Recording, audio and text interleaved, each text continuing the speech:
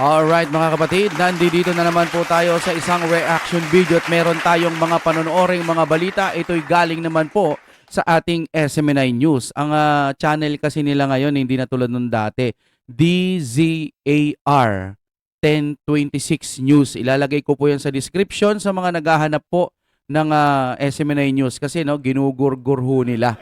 Kaya ito mga kapatid, alamin ho natin mga importanteng mga balita, hindi bias, dito po dapat tayo manood at bibigyan ho natin ng reaksyon at opinion. Ito ang unang title, Senator Robin Padilla, mahiya naman tayo kung inuuna natin ang politika kaysa buhay. Alam naman niyo yung mga ibo dyan, di ba? Mas gusto talaga yung umaatake. At ang susunod naman mga kapatid, yung puna ni VP Sara Duterte, Independent Commission for Infrastructure, mabagal ang aksyon. Bakit? Sino bang nagsabing mabilis, Madam Sara? Sabi mo nga, dapat nga, isang araw lang yan kung talagang seryoso ang Pangulo no? Pero wala, alam nyo naman, kung talagang gusto nila, nandiyan dyan pinapakita na nga, kumbaga, kunyari, yan yung mata, yan. Ginaganyan na yan Ito na yung mga kasalanan, imbestigahan nyo na. Lalayo pa kayo, ipupunta pa kayo ng Davao City. Yan. At doon naman po sa House of Representatives, mamaya update din ho natin. Tingnan natin kung matatagalan ho natin yung panonood doon. Ang title naman ay Speaker DY, tiniyak ang mabilis na pagpapanagot sa mga sangkot sa anomalya sa flood control. Wow! Mabilis pa yan ha. At iba pang mga balita, kung ready na kayo, simulan na po natin sa pamamagitan ng... Kung gusto nyo naman ng mura na at mabilis na internet, nandito na ang Fiber ni Juan. Maaasahan, kaya tawag na. Baka meron na sa inyong lugar ang Fiber ni Juan. Ito mas magandang format to. Okay, play na ho natin. Ayan, dito muna tayo kay Senator Robin Padilla. Here we go. Naku, nakita ko Mr. na naman President, si the Tito gentleman from Camarines Norte and Nueva Ecija, Senator Robin Padilla, would like to deliver a privilege speech. I move that he be recognized. Senator Robin Padilla is recognized. Maraming salamat po, Ginoong Pangulo, at sa ating pinunong mayurya. Assalamualaikum warahmatullahi wabarakatuh.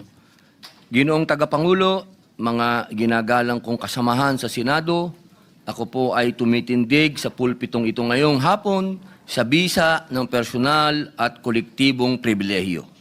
Sa mga nagdaang linggo at buwan, sunod-sunod pong sinubok ang ating bayan. Hindi pa man nakakabangon ang ilang lugar sa pagyanig ng lupa, nasundan na agad ng pagbagyo at pagbaha. Grabe yun. Sa aking pagpunta kamakailan sa Cebu, nakita ko ang dalawang mukha ng sakuna. Sir, saglit lang. Ba't di mo sinabing tumulong ka? Kasi po mga kapatid sa Facebook, may kumalat din, hindi naman masyadong kalat kasi ayaw ang ibalita ng mga bias media. Tumulong po ito. 500 na kabahayan. Binigyan niya ng parang isang generator ata na malakas. Hindi ko sigurado kung isang generator na malakas para sa 500 or maraming generator ho ang ibinigay niya. Pansamantala siguro, no? Dahil walang mga ilaw. Binalita ba? Nalaman nyo ba? SMNI News lang mga kapatid. At syempre, susunod-sunod rin na natin to. Dito na ho tayo kukuha ng source. Dahil po, ito talaga tapat mamalita. Hindi tulad dun sa kabila, ay, Duterte yan. Ay, wag nating, di ba? Dito mga kapatid, talagang ibinabalita po nila. Okay, tuloy na natin mga kapatid. Tumulong yan, hindi lang ibinalita ng bias media. Sana sabihin niya ritong tumulong din siya dahil napakalaking bagay yun. Kung mahina man to sa mga grammar, yun ba ang basihan? Kailangan matatamis kang magsalita. Hindi yun. Nabasa ko nga doon sa comment Buti pa to kahit wrong grammar, pero grabe, may puso tumutulong.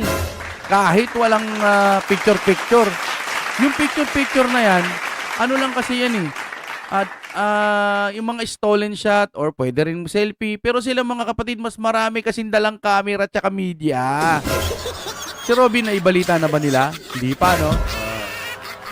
Palike mga kapatid, palike po ng ating video. Ang bigwas ng lindol at hagupit ng bagyo. Ayun. Magkasunod nilang winasak ang bayan. Mga pader na bumigay, mga bahay at mga establishmentong pinaghirapang itaguyod ng ilang taon Grabe yun. ay gumuho. mga sasakyan na nagkapatong-patong, at mga komunidad na hanggang ngayon ay nababalot pa rin ng takot at pangamba. Sa mga ganitong panahon, lagi na lang nating naririnig na pinupuri ang pagiging resilient o matatag ng mga Pilipino. Halos nakatahina ang katangingang ito sa ating pagkatao. Pilipinong matatag, matibay ang loob, matiisin sa gitna ng sakuna. Palibasa ba ang mga Pilipino ay matatag? Dapat bang palagi na lamang siyang makaranas ng paghihirap at pagdurusa? O likas bang delikado talaga ang Pilipinas pagdating sa mga sakuna? O naging ganito na lang kadelikado dahil sa kapabayaan at pagsasamantala? Yon, nakuha rin. Mahigit po 4 na milyong Pilipino sa 8 rehiyon ang sinalanta ng Bagyong Tino.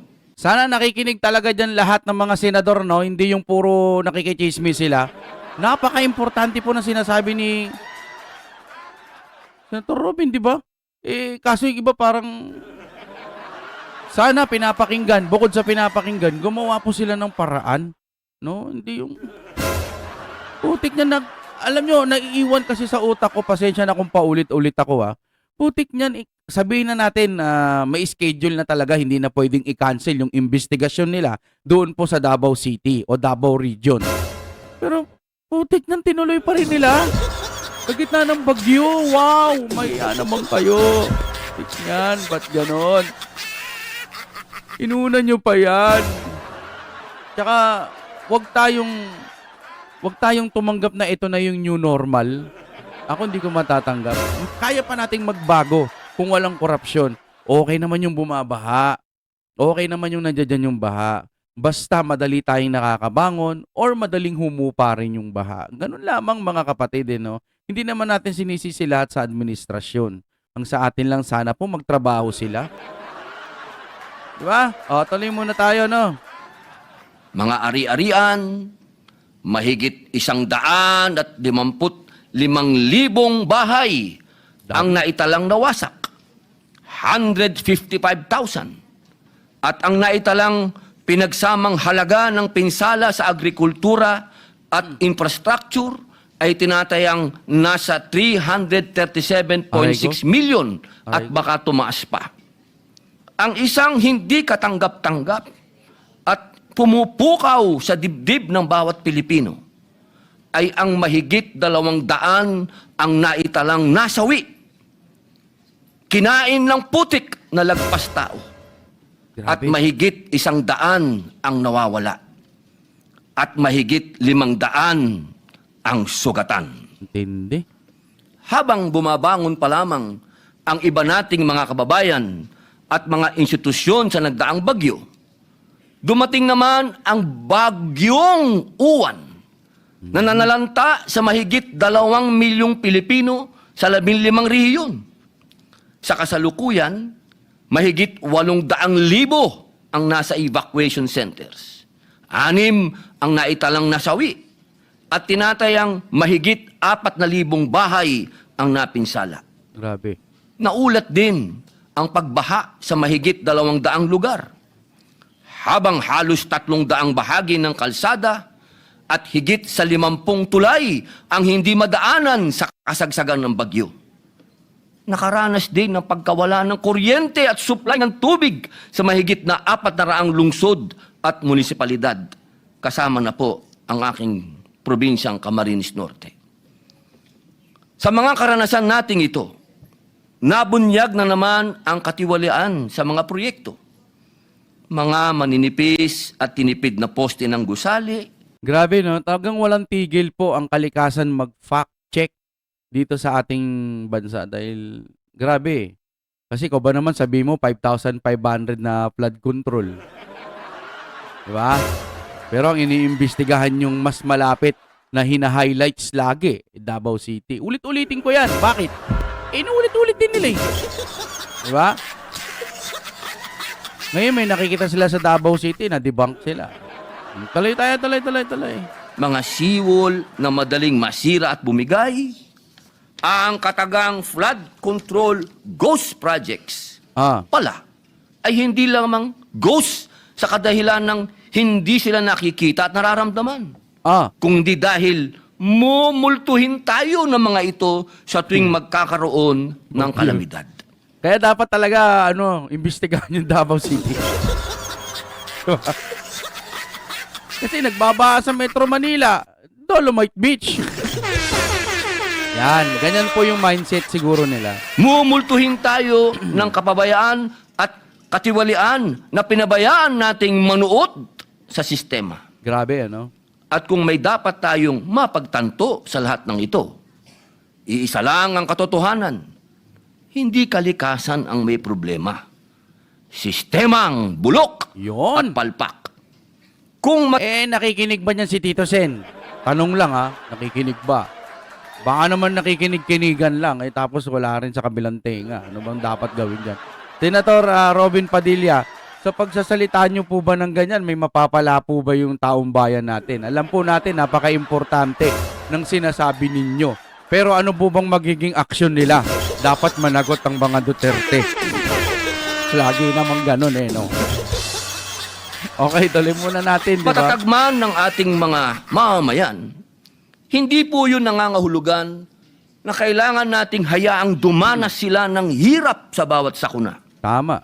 Ang resilience na ginagayak ng bawat Pilipino bilang isang tatak ng karangalan ay naging tabing na din na nagkukubli sa kawalan ng pananagutan. Senator Robin, pwede mo bang tanongin din sa kanila na sana yung AX tupad? Yung mga katulad nun. No? Kasi hindi ko nakababalitaan mali mo meron, di ba? Maganda malaman nun natin. Kayo mga kapatid, sa mga nanonood dyan, pa-comment man. Meron na ba? May mga tulong na ba yung mga AX, tupad? Yung agresibo sila dati. Pero ngayon, oras ng salanta parang hindi ata maingay. Yun lang yung akin. Bilang mga mambabatas, tungkulin nating itaguyod sila. Yeah. Ibsa ng bigat na kanilang dinadala. Mas lalo pang palakasin ng kanilang loob at patatagin ng kanilang diwa. Our people deserve more from us. Hindi salita, hindi grandstanding, kundi sa gawa. Ang galing mo. Gusto ko yan. Yan, ganun po si Robin. Tutulong, walang camera. Depende na lang kung may dumating o may media. Yung iba kasi tutulong, ay, pumunta kayo dito mga media, si ganito, pupunta ako sa ganito, kita-kita tayo doon. Kailangan gandaan yung picture, O kaya gandaan nyo, yung solo flight na tumitingin ako kay ganito, tumitingin ako sa mga sirang ganito, tumitingin ako sa ganito. Yon. Mas maraming dalang media. Ini-exage lang po natin, pero halos malapit sa katotohanan. Diba, Sir Robin? Tuloy tayo. No? Tunay na malasakit at tapat na paglilingkod. Kaya po noong Setyembre pa lamang, isinusulong ko na ang Senate Bill number 1299 Federalismo ba to? o Mahiya Naman Kayo Act na naglalayong ganap na alisin ang ekwasyon, ang panghihimasok ng mga mambabatas sa pagtukoy, pagpopondo at pagpapatupad ng mga proyekto. Ayun. Layon din ng panukalang ito na patatagin ang koordinasyon ng national government sa mga local government units, sa mga infrastructure projects na itatayo sa kanilang mga lugar. Kung ang isang proyektong pang-infrastructure ay itatayo sa isang probinsya, munisipyo, syudad o barangay, dapat ito ay alam ng mga local government officials doon. Ayun. Hindi na pwedeng surprise na lang ang mga proyekto na ikagugulat ni Governor. Naalala ko kasi yung sa Quezon City, no, wala daw permit, wala daw kahit na ano sa mayor, wala din. Magugulat na sila may tinatayo doon sa lugar nila. Ang galing, di ba? Maganda, alam dapat ng mayor o alam ng mga nandoon, hindi yung kayo-kayo lang gumagawa tapos ghost project. Ni Mayor o ni Kapitan. Tama. Naalala ko pa noong 2024, matapos ang pananalasa ng Bagyong Christine, Oy. personal ko pong tinutukan ang pagbaha sa Camarines Sur dahil ako po'y Bicolano. Nakita ko kung paanong ang ilang proyekto ng flood control, imbis na makatulong, ay naging sagabal pa sa natural na daloy ng mga ilog. Isa itong malinaw na halimbawa kung paanong ang hindi konsultadong proyekto ay nagiging sanhi na mas matinding sakuna. Sample. Flood control. Kailangan ito para sa baha. Nung tinayo doon, lalo pang nagulo. Lalo pang nagkanda baha kasi mali yung ginawa. Ganun ba yun? Ay, nako, Pilipinas kung mahal. Only in the Philippines ngayon talagang sa administrasyon na to. The best talaga. Maaalala din na sa kasagsagan ng mga bagyo nung Hulyo nitong taon, nanawagan po si Manila Mayor Isko Moreno na ibigay sa mga LGU ang pamamahala sa mga pasilidad kontra baha. Dapat sa kanila magsimula ang proyekto. Dapat sa kanila manggaling ang plano. Dapat sila ang nagpapasya kung paano magpoprotektahan ang kanilang mga mamamayan. Ang trabaho ng legislatura ay magbigay ng otorisasyon sa pamamagitan ng batas. Hindi ng padrino. Magbigay ng gabay. Magbigay ng solusyon, hindi ng problema. Kung pumalpak ang proyekto, kung may pagkukulang, dapat malinaw kung sino ang mananagot, hindi na kung ano-ano pang investigasyon. Hey! Kaya na nga sisi ngayon, the best yun. Senator Robin, sana lahat ho, sa akin lang, sana ho lahat ng sinasabi nyo dyan, tinitake note ho ng mga ibang senador, lalo na po yung Senate President. Sana lang ho, tinitake note, talagang meron sana kayong pagmamahal sa tao. Hindi yung pag sinabi ni Ganere, susundin nyo. Kung makakasama sa Pilipinas, nakakapagod din magsalita, no? Kasi, mamin, ang tatalino ng mga nangungurakot Sila yung ginagamit na yung talino nila, ginagamit nila sa kalokohan. Di nagiging bobo sila. Nahuhuli sila, yun nga lang, pinoprotektahan sila. Ay, dako na tayo sa isa, mga kapatid. Baka uminit na naman ulo natin dito. Senator, Sir Robin, sana tinitake note yan ng mga loko-lokong mga senador, no? O kaya mga ibang nanonood dyan. Tapos yung mga sinabi nyo, sana po maggawan ng aksyon. Magugulat na naman tayo yan. Baka nasa impeachment na naman yung asikasuhin nila sa susunod na taon. Magulat kayo niya, sasabay yung bagyo, baka July pa lang, February, no? Baka February pa lang bumabagyo na. O hindi naman kaya kung ano-ano mga sakuna. Huwag naman ho sana, no?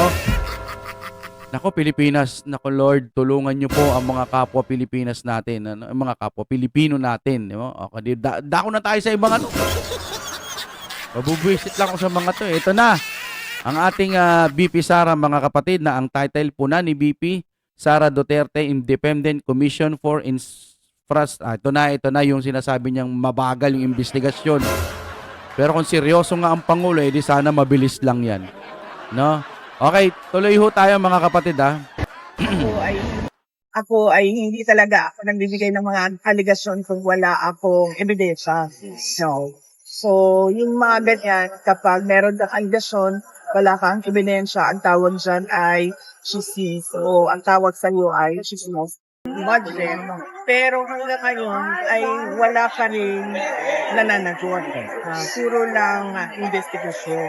So, yun yung sinasabi ko, na mukhang yung sinasabing independent Commission for Infrastructure ay ginawa lamang para kontrolin yung istorya, kontrolin yung narrative sa corruptions na. Gitira siyang possible. Wala to because ni Senator Bato din.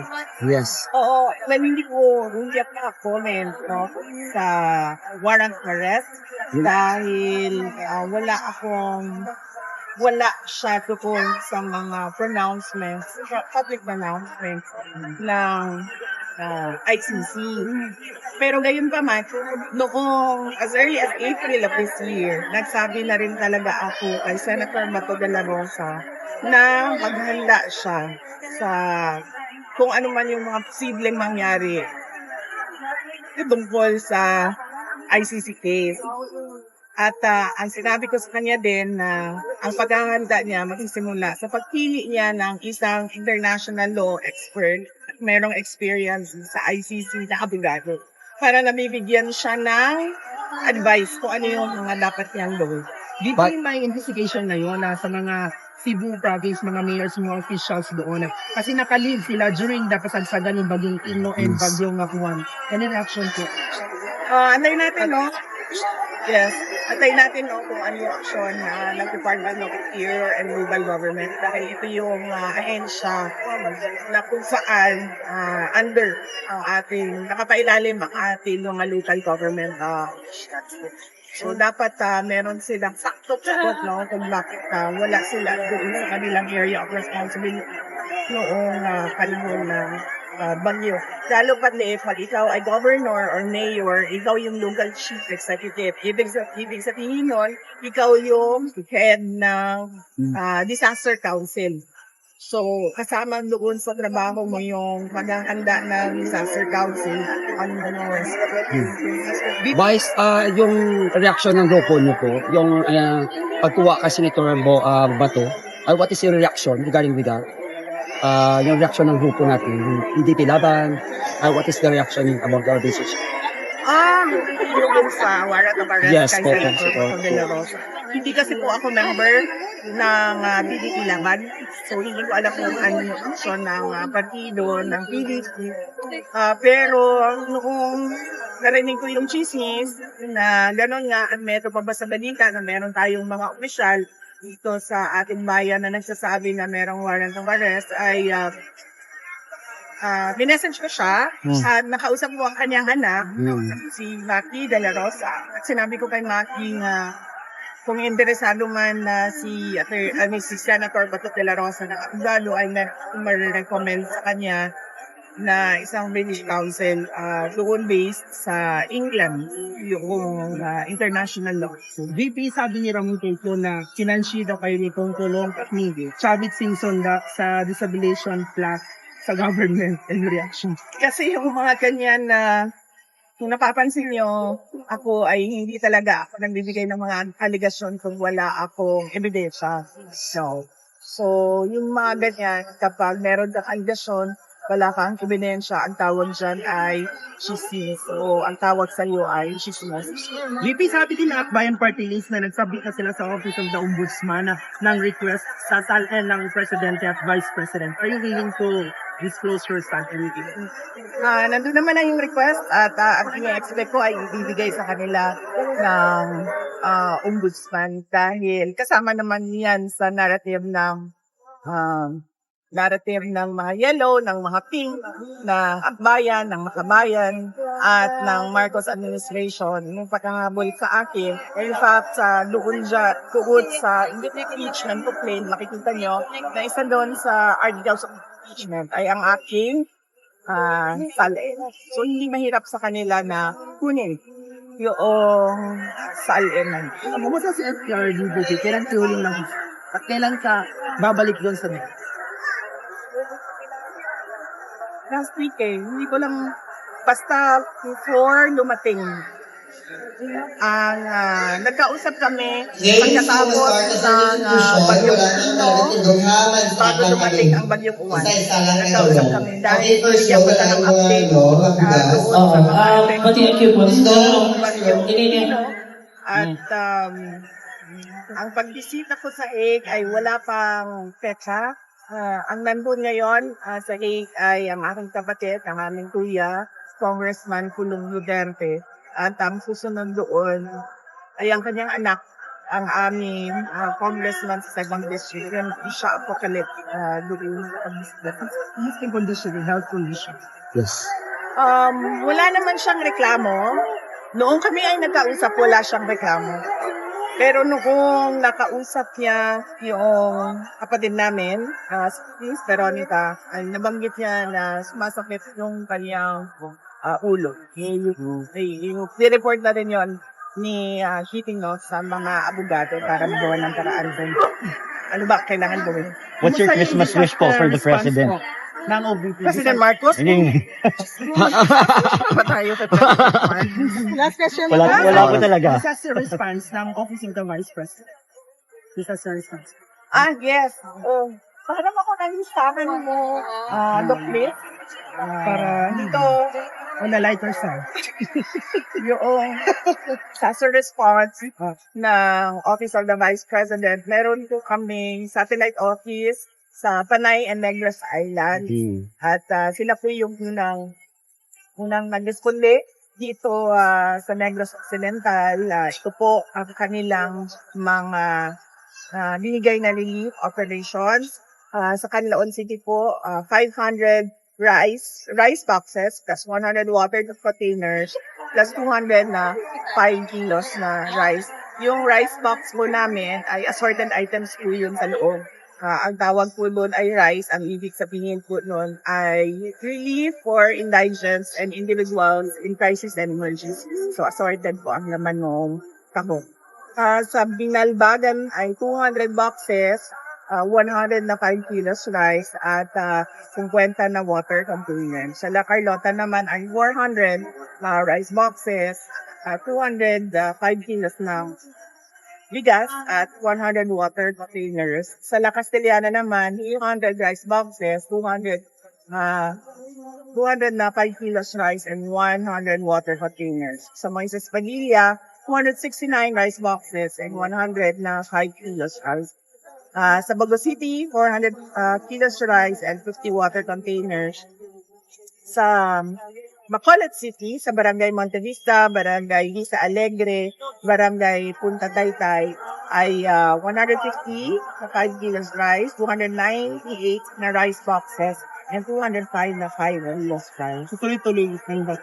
Buong araw, ngayon ay itutin namin yung mga lugar na apektado noong Bagyong Kun. And also, VP, recently lang yung ICI pumunta ng Davao City.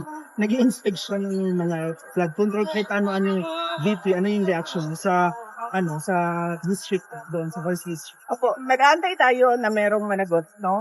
Sa mga budget insertions, sa mga ghost projects, sa mga substandard projects, and sa mga unfinished projects.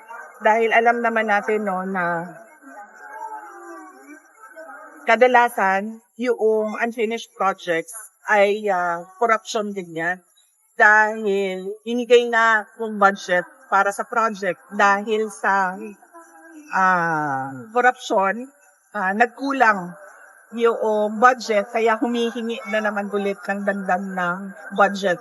Kaya meron tayong mga unfinished projects. Pero kung makikita mo, napakalaki na ng budget na inilaan doon. Last question, VP. Message sa mga lahat ng nasa lantak ng Bagyong Tina sa Binila. All over Philippines. Oo, yes. So ngayon, no, nasa Negros kami. Bukas nasa Cebu kami. Habang inaantay namin yung assessment ng iba pang mga lugar na apektado nung Bagyong Kuwan, nung nilanunan namin ang Negros at Cebu dahil sa Bagyong Pino. Kanina, kung narinig ninyo, ay inisa-isa ko sa mga tao. Kinasagot ko sa kanila kung ano ba yung mga kailangan natin na paghanda sa panahon ng lalong-lalo na ng pagbaha at bagyo. Dahil yun yung pinakamadalas na disaster sa ating iba't ibang lugar sa bansa. So nakita ninyo na inisa-isa namin sa mga tao. Ano ba yung unang gagawin natin? Una, magdasal. Pangalawa, ayusin ang ating mga gamit. Pangatlo, alamin natin na saan ang ating mga evacuation center. Handa ang ating mga gamot, ang cellphone, ang power bank. At kanina may natutunan ako, kailangan merong load. Dahil mahirap na meron tayong cellphone, hindi naman tayo makapagtawag or makapag-text o wala tayong data para tumawag sa ibang tao para humingi ng tulong o magbigay man lang ng update ano yung nangyayari sa atin. So yun isa-isa ko sa mga tao at pinapaalala ko sa kanila na at ini-illustrate ko sa kanila ano ba ang nangyayari kapag nagpapanik tayo kasi hindi natin alam kung ano gagawin natin. Kaya napaka-importante na alam ng mga tao sa isa kung ano yung listahan na mga dapat nilang gawin. Parang hindi sila mag-ban. BP na pa follow-up yung basketball. Malacanang Defense First Lady Lisa Marcos's book launch concert event during Pinoy Land.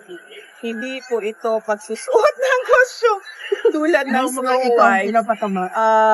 para mag-party-party. Hindi naman ito sagot eh. Hindi ito sagot doon sa tanong kung bakit merong mga party sa panahon na binabaha yung ating mga kababayan. Hindi na pwede ngayon sa atin na hindi sinasagot yung tanong. Dapat kung kapag tinanong ang Office of the President o ang Palace at sinabihan sila na kailangan yung sumagot, dapat kailangan nyo lang sumagot ng maayos kung ano ba yung kanilang explanation. Hindi na pwede ngayong panahon na ito na aatake ka ng ibang tao para lang makalimutan kung ano ba yung totoong issue. Vice, ang reaction mo for your survey, for latest survey, tumaas agad at bumaba. What is your reaction? Reaction about your Patuloy pa survey? rin. Kami, sa tanggapan ng pangalawang Pangulo, patuloy pa rin yung trabaho namin. Kung ano yung sinabi namin doon sa mga kababayan natin na ito yung mga projects namin, patuloy pa rin yun na gagawin ng Office of the Vice President. Tumaas man o bumaba man ang approval ratings, tumaas man o bumaba man ang trust ratings, ay nandun pa rin yung obligasyon namin na magtrabaho para sa ating bayan at magserbisyo para sa ating mga kababayan. Maraming salamat po.